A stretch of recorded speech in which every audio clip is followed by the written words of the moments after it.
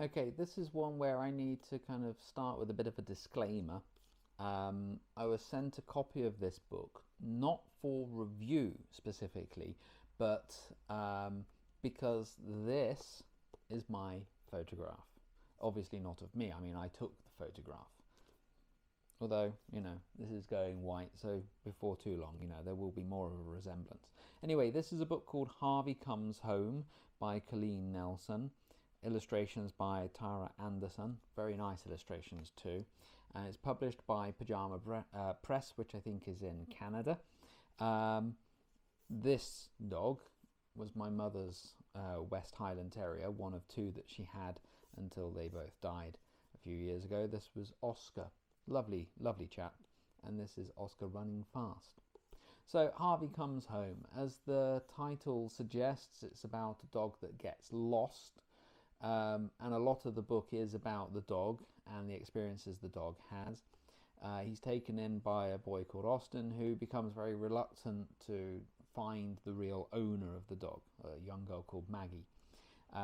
He's a little bit lost in life. He's not sure what he's doing. He feels isolated, and the dog is a companion for him. He volunteers at an old people's home, and he starts talking to a very surly old gentleman, and the old man shares a story about his own past, which ties into it. So it is kind of, for younger readers, this is going to be one of those kind of first forays into the story within a story sort of genre. You have the parent story, and inside that is the child story, so to speak.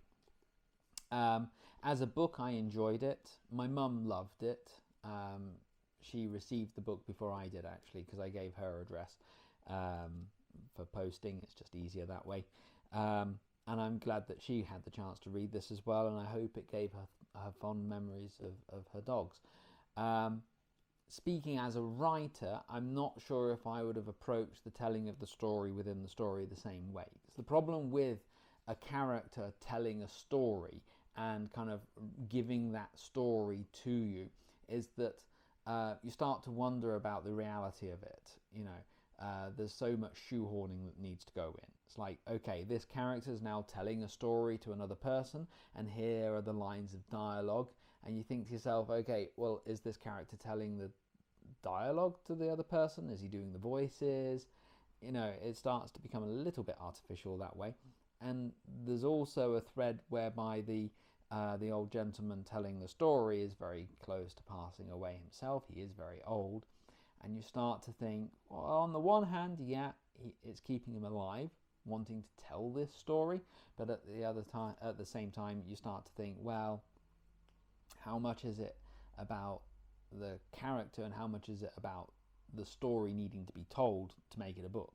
I mean, it's not such a modern book, let's say, that you could just say, before telling me how the story ended, he passed away, so we'll never know.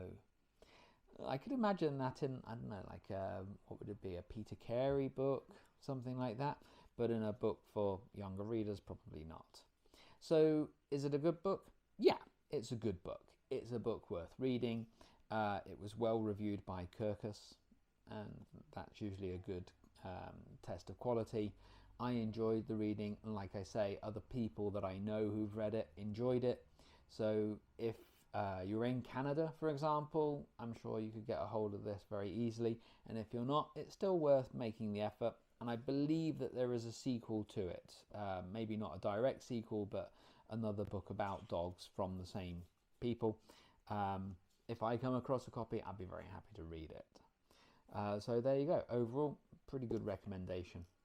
And that's Harvey Comes Home.